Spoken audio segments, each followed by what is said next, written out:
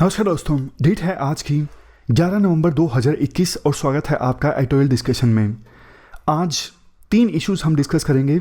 सबसे पहला article demonetisation से संबंधित, दूसरा right to burn fossil fuels और तीसरा हॉस्पिटल्स में आग लगने की घटना से हुई डेथ्स के बारे में डिजास्टर मैनेजमेंट का ये आर्टिकल है।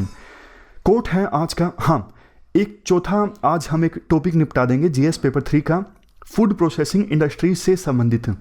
और ये जो क्वेश्चन है, elaborate the policy taken by government of India to meet the challenges of food processing sector. ये मैंने नहीं बनाया, यूपीएससी ने पूछा था ये क्वेश्चन 2019 में। तो आज फूड प्रोसेसिंग से संबंधित टॉपिक हम कवर कर देंगे लास्ट में, चौथे नंबर पे। ये कोट है मार्टिन लूथर किंग का, there comes a time when silence is betrayal.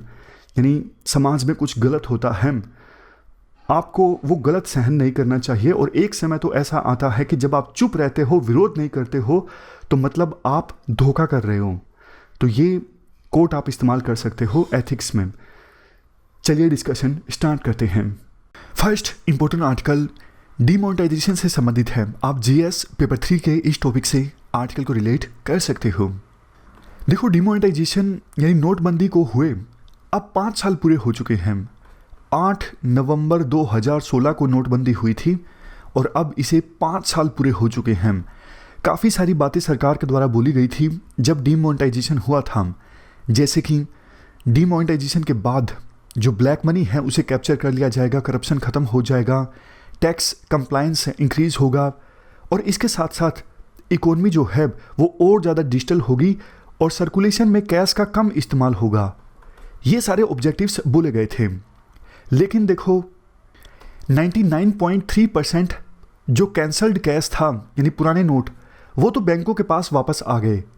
यानी इसका मतलब तो सीधा सीधा ये हुआ ना, बल्कि अगर किसी के पास ब्लैक मनी थी भी सही तो उसने सफलतापूर्वक उसकी मनी लॉन्ड्रिंग कर दी, यानी उस ब्लैक मनी को वाइट मनी में कन्वर्ट कर लिया, तभी तो वो नोट बैंकों के पास वापस आ गए। तो ये तो और भी बुरा हुआ। इसका मतलब ये हुआ, अगर बहुत से लोगों के पास पहले ब्लैक मनी था तो नोटबंदी की सहायता से उन्होंने अपने ब्लैक मनी को वाइट मनी में कन्वर्ट कर लिया, यानी मनी लॉन्ड्रिंग कर ली। और ऑब्जेक्टिव्स की अगर बात करें, क्या टैक्स बेस इंक्रीज हुआ?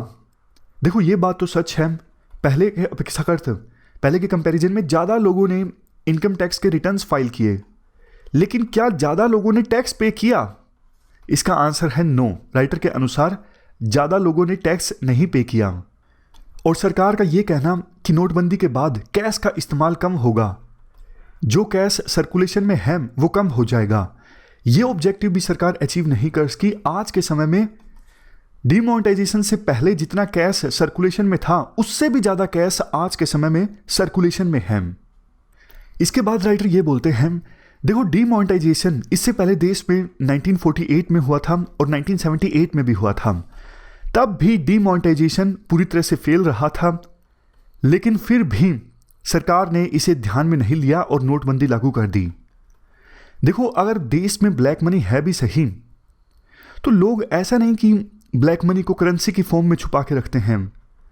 ब्लैक मनी को रियल एस्टेट की फॉर्म में या फिर दूसरे जो अल्टरनेटिव्स उपलब्ध हैं उनकी सहायता से छुपा के रखा जाता है लोगों के द्वारा। और देखो, सरकार डिमोनेटाइजेशन के ऑब्जेक्टिव्स तो नहीं अचीव कर पाई, लेकिन डिमोनेटाइजेशन का जो नेगेटिव इम्पैक्ट पड़ा इकोनॉमी पर, उससे देश अभी भी नहीं उबर सका है। पॉलिटिक्स में देखो, अक्सर ऐसा देखने को मिलता है, नरेटिव जो है वो भारी पड़ता है किस पर? इकोनॉमी पर। जैसे किसानों का लोन माफ़ कर दो। अब पता है लोन माफ़ करने से लॉन्ग टर्म में किसानों को फ़ायदा नहीं होगा। इससे अच्छा किसानों के लिए इंफ्रास्ट्रक्चर आप बिल्ड करते हो तो उनको ज़्यादा फायदा होगा। लेकिन नरेटिव ऐसा है कि हमने किसानों के लिए किया, हमने लोन माफ़ कर दिया। तो बेसिक जो इकोनॉमी है ना, वो जनता को समझाना बहुत मुश्किल होता है। जैसे यूपीए ने लोन माफ़ किया था, तब बड़े बड़े इकोनॉमिस्ट ने ये कहा था लोन माफ़ी इज़ नॉट ए सोल्यूशन। लेकिन यूपीए 2009 का इलेक्शन जीत गई थी, किसानों का लोन माफ़ करना एक मेजर फैक्टर उसमें रहा था। उसी प्रकार से एनडीए की सरकार ने क्या किया, जब नोटबंदी की तो एक नैरेटिव सेट कर दिया कि जो लोग लाइन में लगे ना अपना पैसा चेंज करवाने के लिए, तो उनको बोला गया तो क्या हुआ, आप लाइन में लगे हो, देश के जवान बॉर्डर पर खड़े हैं देश की सुरक्षा के लिए, क्या आप थोड़ी देर के लिए लाइन में नहीं लग सकते? तो नोटबंदी के दौरान नोट बदलवाने के लिए लाइन में लगना मतलब कि पैट्रियोटिज्म का एक सिंबल बन गया। उसके बाद कुछ जो एक्सपर्ट्स थे उन्होंने विरोध किया कि भैया इकोनॉमिकली डिमोनेटाइजेशन से फ़ायदा नहीं होगा। तो सरकार ने फिर ये नैरेटिव सेट कर दिया कि जो लोग डिमोनेटाइजेशन का विरोध कर रहे हैं उनके पास ब्लैक मनी है और वो घबराए हुए हैं।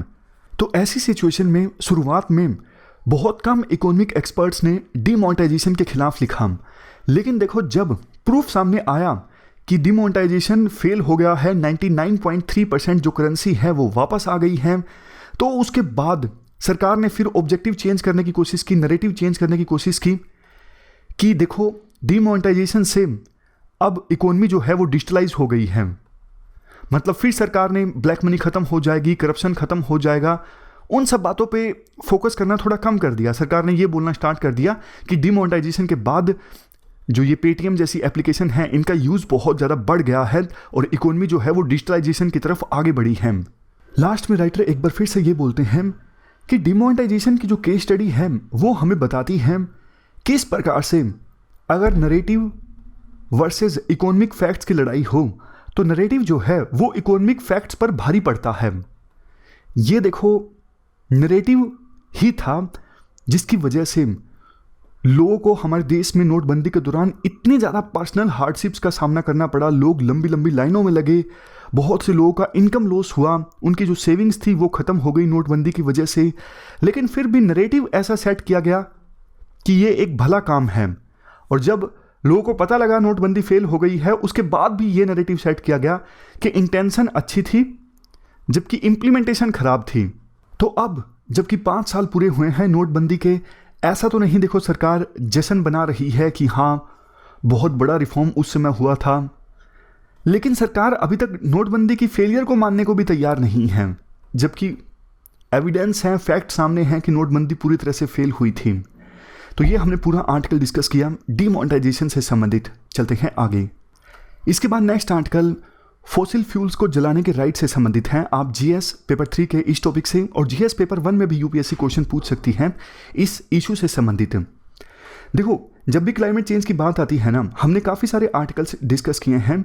चूँकि इंडिया ने कम कंट्रीब्यूट किया है ग्लोबल वार्मिंग में, इसलिए इंडिया को थोड़ा ज़्यादा स्पेस देना चाहिए कार्बन बजट में डेवलप कंट्रीज़ के द्वारा, क्योंकि मेनली वो रिस्पॉन्सिबल हैं क्लाइमेट चेंज के लिए, इंडिया रिस्पॉन्सिबल नहीं है। जब विभिन्न देश डेवलप कंट्रीज बोलते हैं कि इंडिया भी कोल के बजाय दूसरे एनर्जी सोर्सेज का इस्तेमाल करे, तब भी इंडिया ये बोलता है कि भैया आपने तो डेवलपमेंट कर ली, क्या हम डेवलपमेंट ना करें? तो इन सब बातों का जवाब देते हैं राइटर इस आर्टिकल में। राइटर कहते हैं सबसे पहली बात, देखो ये बात सच है कि इंडिया को डेवलपमेंट करने का अधिकार है, लेकिन क्या डेवलपमेंट कोल से होगी? डेवलपमेंट के लिए आपको एनर्जी चाहिए। एनर्जी तो देखो कोई भी हो सकती है ना, एनर्जी तो रिन्यूएबल एनर्जी भी हो सकती है। तो इसके जवाब में एक्सपर्ट्स बोलेंगे कि क्या बात कर रहे हो यार, कोल सस्ता भी है, कोल से एनर्जी प्रोड्यूस करना सस्ता है और कोल की सप्लाई को इंश्योर भी किया जा सकता है। तो इसके जवाब में राइटर कहते हैं नहीं नहीं नहीं नहीं, कोल सस्ता है ये किसने कह दिया? कोल क्राइसिस पैदा हुए कुछ दिनों पहले हमने देखा कोल की जो कीमतें हैं बहुत ज़्यादा बढ़ गई हैं, और ये पहले का मतलब ये पहले की बात है कि कोल बहुत ज़्यादा सस्ता है। आज के समय में वो सिचुएशन नहीं है। आज के समय में दोनों चीज़ें हुई हैं, एक तरफ कोल महंगा हुआ है और दूसरी जगह पे रिन्यूएबल एनर्जी जो है रिलेटिवली पहले के अपेक्षा कर सस्ती हुई है। सोलर पैनल्स आज के समय में सस्ते आने लगे हैं, ऑफशोर विंड एनर्जी प्रोड्यूस करना सस्ता हो गया है।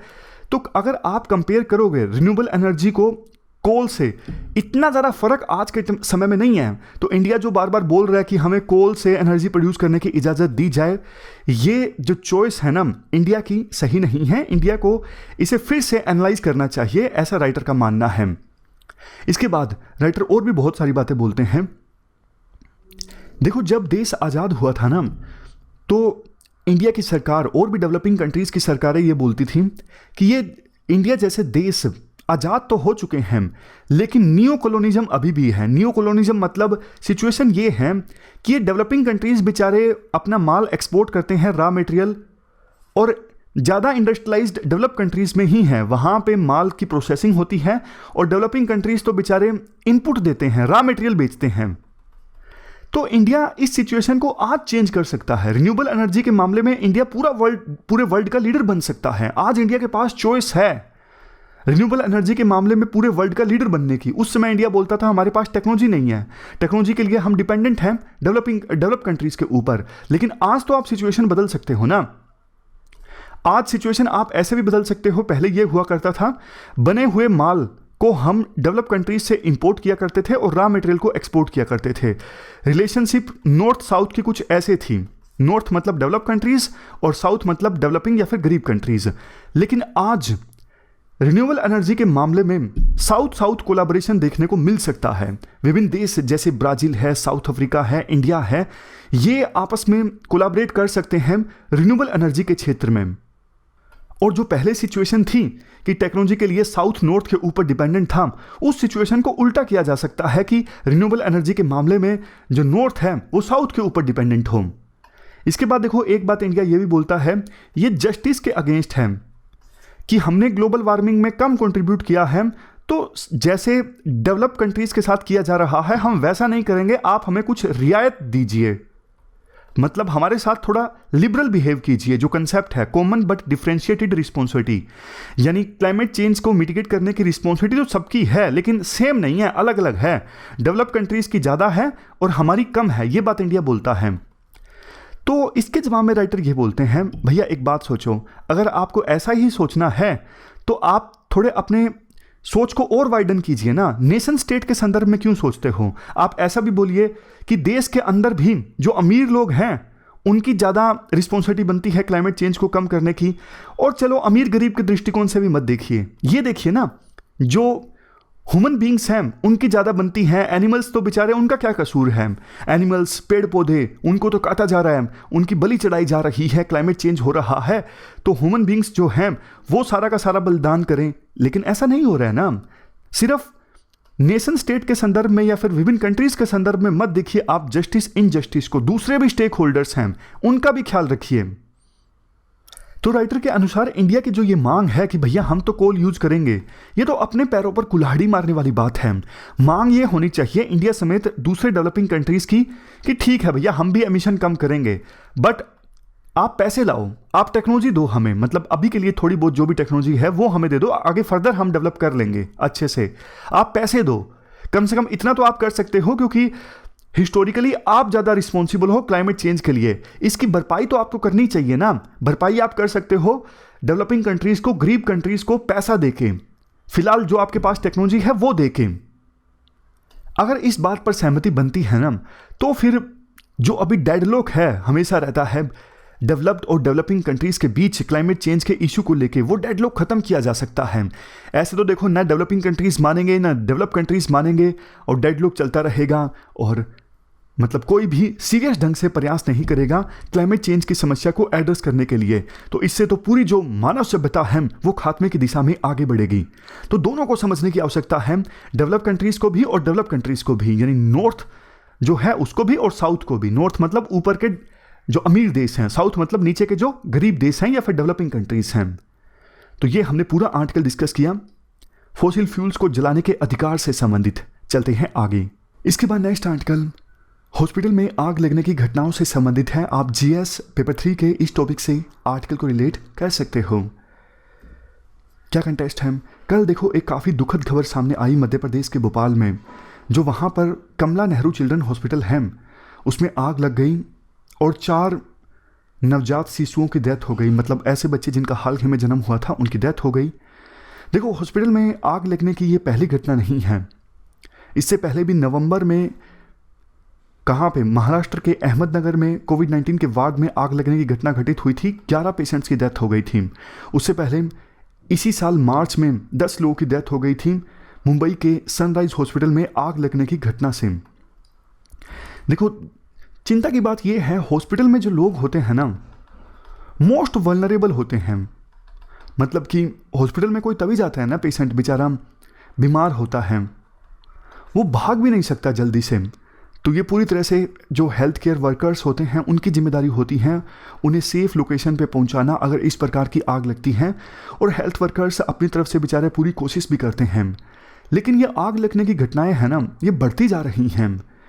यहाँ पर देखो 120 से ज़्यादा लोगों की डेथ हो चुकी है हाल फिलहाल में आग लगने की घटनाओं से संबंधित हॉस्पिटल्स में।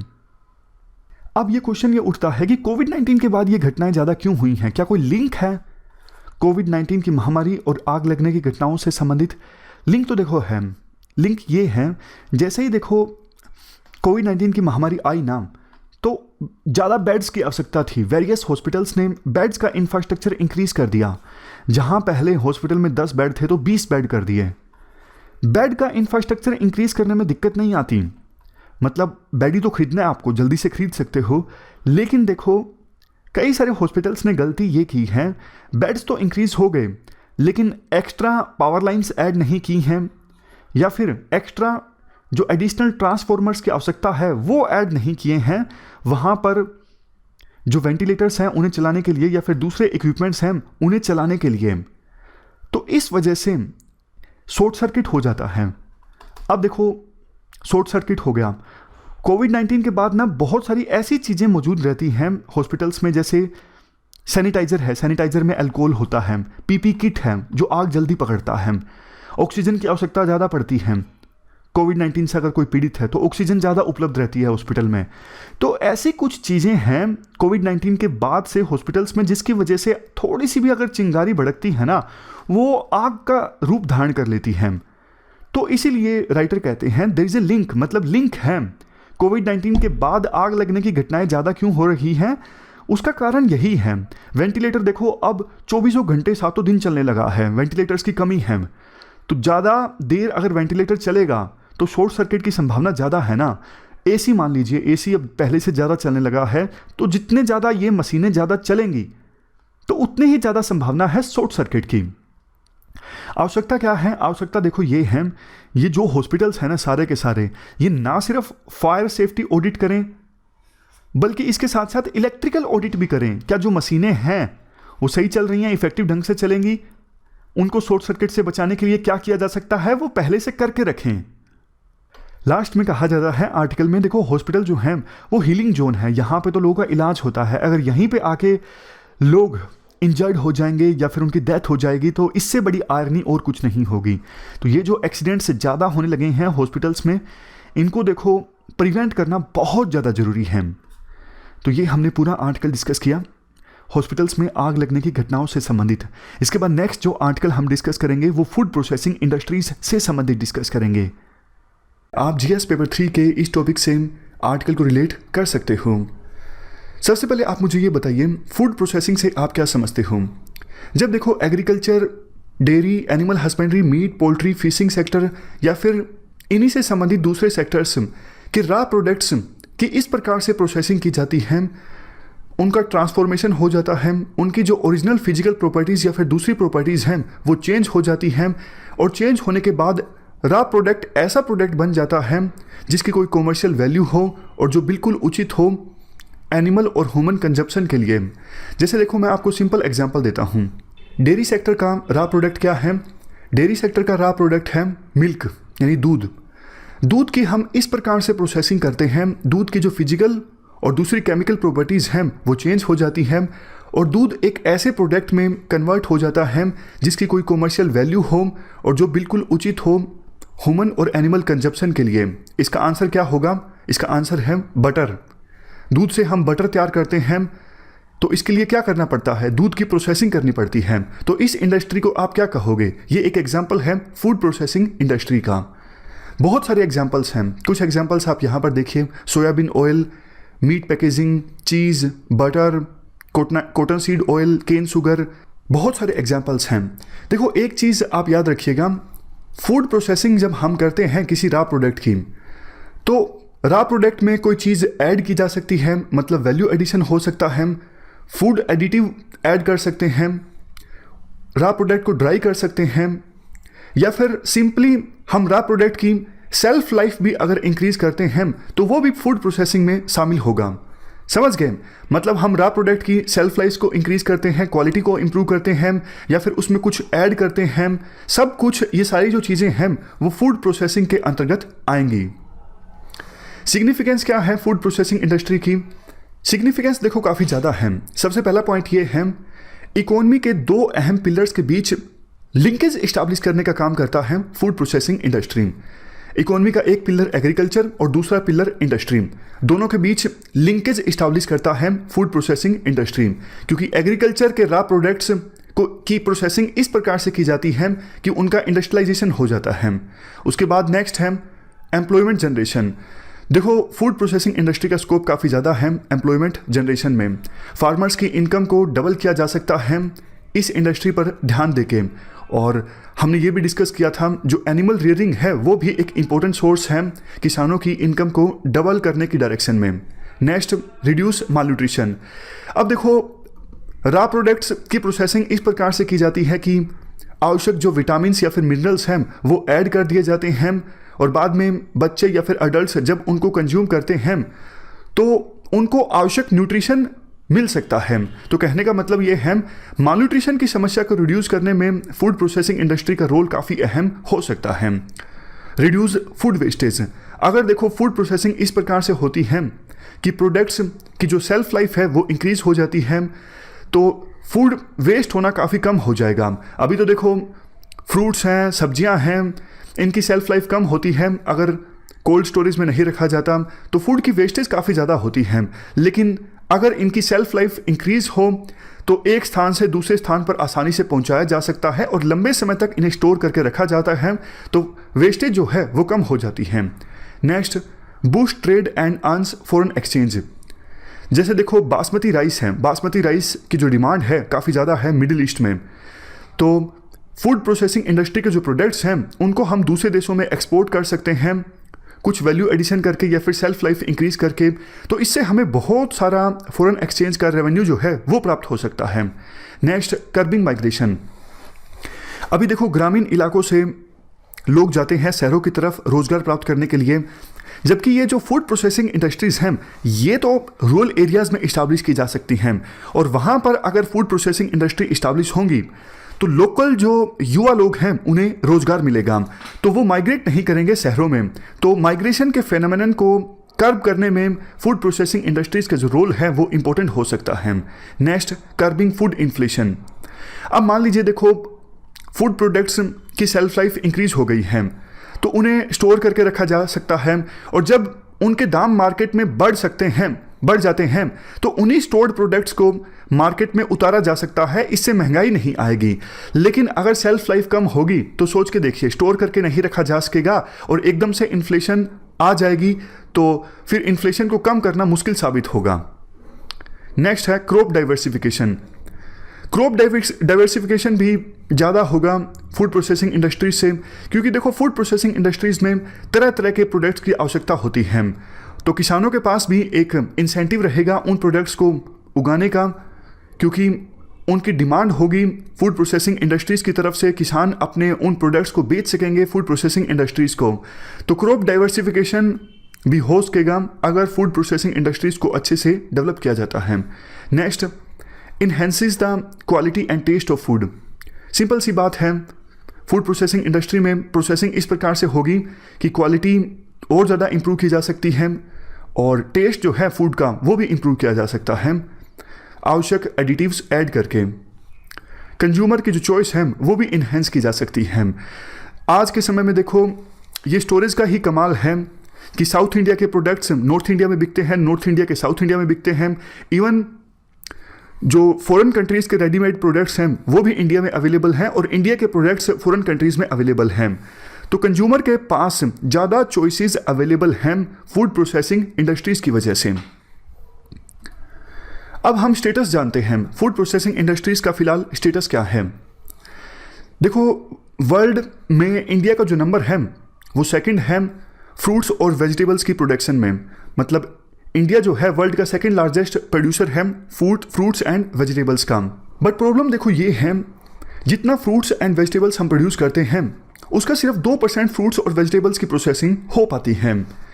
प्रोसेसिंग हमारे देश में काफ़ी कम होती है, क्योंकि फूड प्रोसेसिंग इंडस्ट्रीज़ काफ़ी कम है हमारे देश में। 8% मैरीन प्रोड्यूस की प्रोसेसिंग हो पाती है, 35% मिल्क की प्रोसेसिंग हो पाती है, 6% पोल्ट्री प्रोड्यूस की प्रोसेसिंग हो पाती है। लाइव स्टॉक यानी पशुओं की पॉपुलेशन हमारे देश में सबसे ज़्यादा है। वर्ल्ड में जितनी भैंस हैं उसका टोटल 50% भैंस सिर्फ इंडिया में है। वर्ल्ड में टोटल जितने कैटल हैं उसका 20% कैटल इंडिया में है, लेकिन फिर भी सिर्फ 1% मीट की प्रोसेसिंग हो पाती है, उनको वैल्यू एडिड प्रोडक्ट्स में कन्वर्ट किया जाता है। और 75% जो फूड प्रोसेसिंग इंडस्ट्री है फिलहाल हमारे देश में वो अनऑर्गेनाइज सेक्टर में है, ऑर्गेनाइज सेक्टर में काफ़ी कम है। ये देखो कुछ कैटेगरीज हैं फूड प्रोसेसिंग इंडस्ट्री की। सीरियल या फिर pulse milling, fruit and vegetable processing, तो ये डिफरेंट कैटेगरीज हैं जिनमें फूड प्रोसेसिंग इंडस्ट्रीज चलती हैं। प्रॉब्लम्स क्या है फूड प्रोसेसिंग इंडस्ट्रीज की हमारे देश में? देखो, प्रॉब्लम्स को आप अलग अलग कैटेगरी पर देख सकते हो। फार्म लेवल प्रॉब्लम्स, मतलब खेत में किन प्रॉब्लम्स का सामना करना पड़ता है किसानों को। सिंपल है, आप लिख सकते हो फार्म प्रोड्यूस काफ़ी कम होती है, मतलब ईल्ड जो है, पैदावार जो है काफ़ी कम होती है, किसानों को रिटर्न्स कम प्राप्त होते हैं और मटेरियल रिसोर्सेज का अभाव रहता है। आवश्यक प्रोडक्ट्स को प्रोड्यूस करने के लिए अभी भी फार्मिंग के लिए काफ़ी पुराने मेथड्स का इस्तेमाल किया जाता है।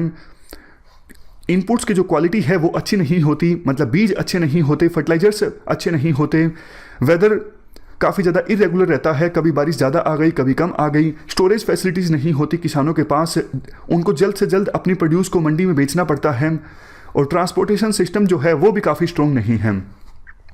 तो फार्म लेवल पे किसानों को इन प्रॉब्लम्स का सामना करना पड़ता है। डिस्ट्रीब्यूटर लेवल पर प्रॉब्लम्स इस प्रकार से हैं, मॉडर्न ट्रांसपोर्टेशन फैसिलिटीज़ अवेलेबल नहीं है, अवेलेबल है तो उनकी कॉस्ट काफ़ी ज़्यादा होती है। कोल्ड स्टोरेज फैसिलिटीज़, जो रॉ प्रोडक्ट्स हैं उनको स्टोर करने के लिए वो अपर्याप्त हैं, इनएडुकेट हैं। और फार्म प्रोड्यूस, मतलब किसान अपनी जो फसल देते हैं डिस्ट्रीब्यूटर्स को, उनकी क्वालिटी देखो हमेशा सेम नहीं रहती। कई किसानों की प्रोड्यूस की क्वालिटी अच्छी होती है, कईयों की अच्छी नहीं होती है, कुछ थोड़ी क्वांटिटी में देते हैं, कुछ ज़्यादा क्वांटिटी में देते हैं, तो ये सारी प्रॉब्लम्स आती हैं। अब फाइनेंसिंग के एस्पेक्ट से देखते हैं कौन सी प्रॉब्लम्स आती है फूड प्रोसेसिंग इंडस्ट्रीज़ में। अगर देखो दूसरे देशों से कुछ रॉ प्रोडक्ट्स को इंपोर्ट करना पड़ता है तो उन पर इंपोर्ट ड्यूटीज़ ज़्यादा लगती हैं। रॉ मटेरियल और पैकेजिंग की जो कॉस्ट है वो भी काफ़ी ज़्यादा है। पैकेजिंग की कॉस्ट तो देखो काफ़ी ज़्यादा पड़ती है, इस वजह से जो फूड प्रोसेसिंग वाले प्रोडक्ट्स हैं उनकी सेल नहीं हो पाती, क्योंकि पैकेजिंग कॉस्ट काफ़ी ज़्यादा हो जाती है। Next, इनएडिक्वेट transport and cold storage facilities, ये पॉइंट बार बार रिपीट हो रहा है, इनएडिक्वेट ट्रांसपोर्ट और कोल्ड स्टोरेज वाला।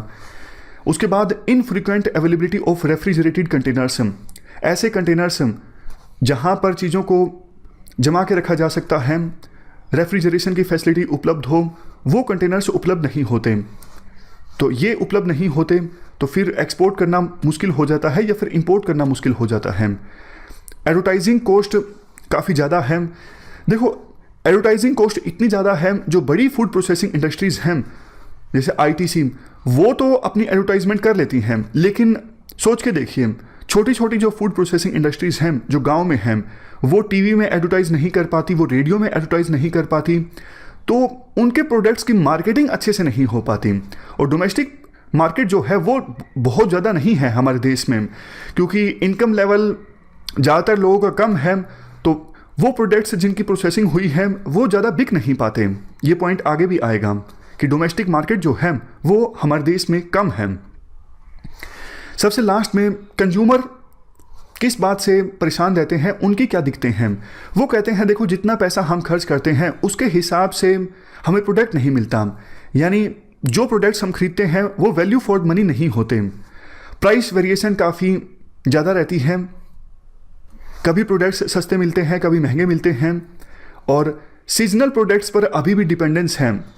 लास्ट में, जो सेमी प्रोसेस्ड प्रोडक्ट्स हैं, जैसे थोड़ी बहुत जिनकी प्रोसेसिंग हुई हो और थोड़ी बहुत प्रोसेसिंग करनी पड़ती हो, ऐसे प्रोडक्ट्स की वैरायटी जो है काफ़ी कम है। जैसे देखो, आजकल बने बनाए पराठे बिकने लगे हैं, बनी बनाई मैगी बिकने लगी है, तो ये सेमी प्रोसेस्ड प्रोडक्ट्स हैं कि थोड़ी बहुत इनकी प्रोसेसिंग हुई है, आपको गर्म करना है। तो ऐसे प्रोडक्ट्स में वैरायटी कम है, जबकि वेस्टर्न कंट्रीज़ में ऐसे प्रोडक्ट्स की वैरायटी काफ़ी ज़्यादा है। उसके बाद हम जानते हैं रीजंस क्या है कि फूड प्रोसेसिंग इंडस्ट्री हमारे देश में उतनी ग्रो नहीं कर पाई है जितना स्कोप है।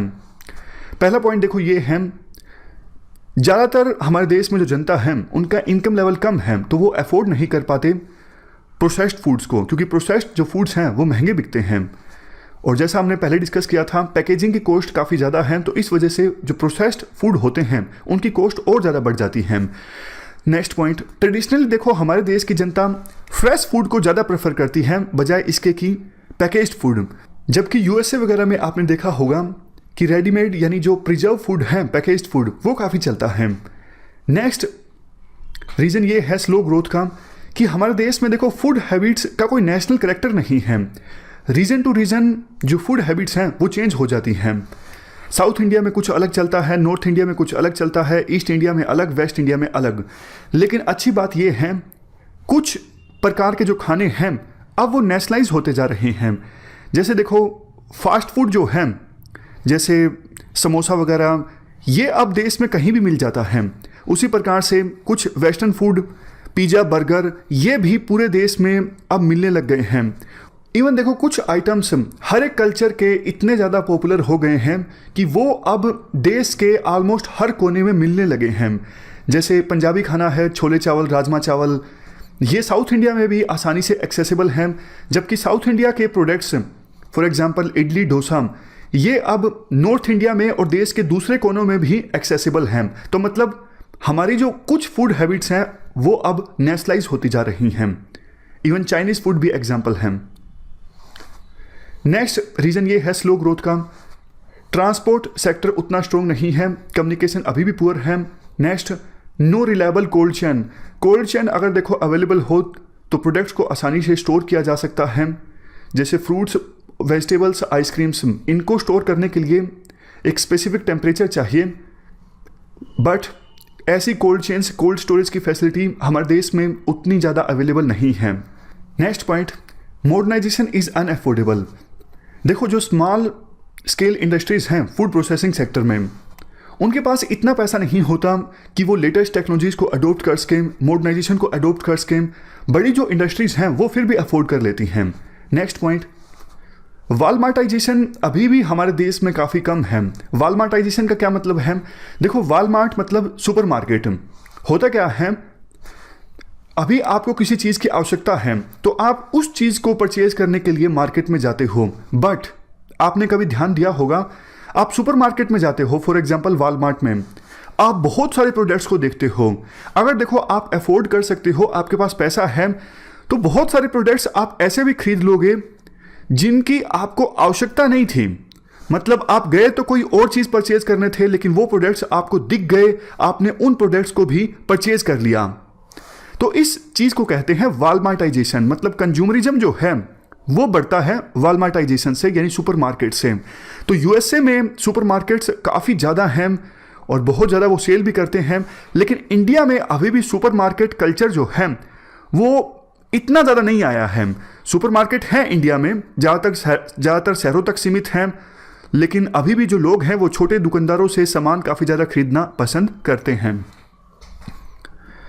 अब नेक्स्ट हम जानते हैं चैलेंजेस। कुछ चैलेंजेस हैं, फर्टिलाइजर्स का यूज़ काफ़ी ज़्यादा होता है, पेस्टिसाइड्स का यूज़ काफ़ी ज़्यादा होता है, तो लोग जो है वो जल्दी से विश्वास नहीं करते। लोगों को लगता है कि ये जो प्रोसेस्ड फूड हम खरीदेंगे तो इससे सेहत पर नुकसान पड़ सकता है। Next, low value added in processing. Processing के दौरान देखो वैल्यू एडिशन जो है काफ़ी कम होता है। अब फूड प्रोसेसिंग में वैल्यू एडिशन तो होना चाहिए ना, तभी तो जो रॉ प्रोडक्ट्स हैं उनकी ट्रांसफॉर्मेशन अच्छे से होगी, लेकिन वैल्यू एडिशन कम होता है। लो कंज्यूमर अवेयरनेस। कंज्यूमर्स की जो अवेयरनेस है न्यूट्रिशन के बारे में और न्यूट्रिशनल प्रोडक्ट्स के बारे में वो काफ़ी कम है। तो ये भी एक रीज़न है कि फूड प्रोसेसिंग इंडस्ट्री जो है उनकी ग्रोथ कम है। Limited availability to control quality and safety. अभी देखो बहुत सारी छोटी छोटी स्मॉल स्केल इंडस्ट्रीज हमारे देश में चलती हैं फूड प्रोसेसिंग से संबंधित, लेकिन सरकारी जो मशीनरी है उनका रेगुलेशन अच्छे से नहीं कर पाती। तो अच्छे से नहीं कर पाती, कई फूड प्रोसेसिंग इंडस्ट्रीज़ के जो प्रोडक्ट्स होते हैं वो अच्छे नहीं होते और बदनाम हो जाती हैं सारी इंडस्ट्रीज। तो क्वालिटी को मेंटेन करना ज़रूरी है ताकि एक फूड प्रोसेसिंग कंपनी की वजह से, फैक्ट्री की वजह से बाकियों का नाम खराब ना हो। अब हम नेक्स्ट डिस्कस करते हैं सजेशंस। सजेशंस देखो सिंपल हैं, अगर आपको प्रॉब्लम्स के बारे में पता है तो सजेशंस तो आप दे सकते हो। स्टोरेज कैपेसिटी इन्हेंस करो, इंफ्रास्ट्रक्चर बढ़ाओ, ट्रांजिशन होना चाहिए। अभी 3-4 क्रॉप्स को ज़्यादा उगाया जाता है जैसे राइस, वीट, मेज़, बजाय इसके आप क्रॉप डाइवर्सिफिकेशन लेके आओ और उन क्रॉप्स का इस्तेमाल किया जाए फूड प्रोसेसिंग इंडस्ट्री में। किसानों को सपोर्ट दिया जाए ताकि किसान ऐसी फसल प्रोड्यूस करे जिनका यूटिलाइजेशन हो सके फूड प्रोसेसिंग इंडस्ट्री में। इस चीज़ को कहते हैं बैकवर्ड लिंकेज। मतलब फूड प्रोसेसिंग इंडस्ट्री जो है वो बैकवर्ड कैसे प्रोडक्ट्स हासिल कर, रॉ प्रोडक्ट हासिल कर रही है किसानों से। तो कॉन्ट्रैक्ट फार्मिंग इसका एग्जांपल है। कॉन्ट्रैक्ट फार्मिंग मतलब पहले से फूड प्रोसेसिंग कंपनी और फार्मर्स के बीच कॉन्ट्रैक्ट हो जाता है कि हमें इतना सामान चाहिए, इतना आलू चाहिए या फिर प्याज चाहिए और हम इसकी इतनी कीमत देंगे। तो इससे किसानों को भी सिक्योरिटी मिल जाती है। नेक्स्ट पॉइंट, 2 लेवल पे स्किल देने की आवश्यकता है। एक तो देखो एग्रीकल्चर फार्म्स में, वहाँ पर देखो खेती में बेस्ट प्रैक्टिसेस का इस्तेमाल किया जाए ताकि पैदावार अच्छी हो। दूसरा, फूड प्रोसेसिंग कंपनीज में भी जो फूड की प्रोसेसिंग होती है वहाँ पे भी स्किल देने की आवश्यकता है ताकि प्रोसेसिंग अच्छे से हो। पब्लिक इन्वेस्टमेंट ज़्यादा होनी चाहिए, सरकार भी इन्वेस्टमेंट करे और सरकार प्राइवेट प्लेयर्स को भी एंकरेज करे कि भैया आप भी इन्वेस्ट कीजिए फूड प्रोसेसिंग इंडस्ट्रीज़ में। कनेक्टिविटी बूस्ट होनी चाहिए। नेक्स्ट पॉइंट, एनिमल्स को जो मारा जाता है फूड पर्पजेज़ के लिए, इसके लिए प्रॉपर रूल्स होने चाहिए, कॉम्प्रिहेंसिव पॉलिसी होनी चाहिए। नेक्स्ट पॉइंट, अब देखो नई और डाइवर्सिफाइड टेक्नोलॉजीज़ का इस्तेमाल हो सेकंड ग्रीन रेवोल्यूशन लाने के लिए। नेक्स्ट, डोमेस्टिक स्टार्टअप्स और इंडस्ट्री को एंकरेज किया जाए as comparison to international companies. Next point, centre और स्टेट गवर्नमेंट के द्वारा सेंटर ऑफ एक्सीलेंस इस्टेब्लिश किया जाए ताकि फूड प्रोसेसिंग इंडस्ट्री में और ज़्यादा रिसर्च हो सके। नेक्स्ट पॉइंट, जो आने वाले एंटरप्रेन्योर्स हैं उनके लिए अच्छे ट्रेनिंग इंस्टीट्यूट्स इस्टेब्लिश किए जाएँ और उन ट्रेनिंग इंस्टीट्यूट्स में नई टेक्नोलॉजी को अपडेट भी किया जाए। लास्ट पॉइंट, फिर से स्किल डेवलपमेंट को सबसे ज़्यादा प्रायोरिटी देने की आवश्यकता है। तो ये हमने कुछ सजेशंस डिस्कस किए फूड प्रोसेसिंग इंडस्ट्रीज़ को प्रमोट करने के लिए। अब ये कुछ स्कीम्स हैं जो सरकार के द्वारा चलाई गई हैं फूड प्रोसेसिंग इंडस्ट्री को प्रमोट करने के लिए। संपदा योजना आपको याद होगा, प्रधानमंत्री किसान संपदा योजना, ये काफ़ी सारी स्कीम्स को कंबाइन करके चलाई गई थी। Mega food parks, integrated cold chain, ये सारी स्कीम्स पहले चल रही थी तो इनको कंबाइन करके एक स्कीम में डाल दिया गया जिसका नाम है प्रधानमंत्री किसान संपदा योजना। फॉरेन डायरेक्ट इन्वेस्टमेंट पॉलिसी जो है इसको लिबरलाइज कर दिया गया है। अब ऑटोमेटिक रूट से 100% FDI अलाउड है फूड प्रोसेसिंग इंडस्ट्रीज़ में। लास्ट में बात करते हैं वे फॉरवर्ड की। देखो फूड प्रोसेसिंग इंडस्ट्रीज़ का स्कोप है कि ये लाखों करोड़ों लोगों को गरीबी से बाहर निकाल सकते हैं और मालन्यूट्रिशन की समस्या को दूर कर सकते हैं। तो गवर्नमेंट को इस इंडस्ट्री को इस प्रकार से डेवलप करने की आवश्यकता है कि स्मॉल स्केल इंडस्ट्रीज़ का फ़ायदा हो और दोनों तरह की इन्वेस्टमेंट आए, फॉरेन इन्वेस्टमेंट भी और डोमेस्टिक इन्वेस्टमेंट भी। तो इसके लिए एक कॉम्प्रिहेंसिव पॉलिसी बनाने की आवश्यकता है ताकि लोग जागरूक हों न्यूट्रिशन के बारे में और फूड जो अवेलेबल हो वो अफोर्डेबल हो, एक्सेसिबल हो, क्वालिटी अच्छी हो और सेफ भी हो फूड। तो इसमें देखो कॉम्प्रिहेंसिव पॉलिसी में विभिन्न स्टेक होल्डर्स को भी इंक्लूड करने की आवश्यकता है, जैसे private players, academia, industry bodies, government, जनता, सबको इन्वॉल्व करने की आवश्यकता है। जो इनिशिएटिव सरकार के द्वारा चलाए जाते हैं उन्हें सफल बनाने के लिए।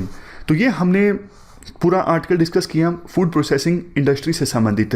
इस डिस्कशन में फिलहाल इतना ही है। Thank you very much for discussion.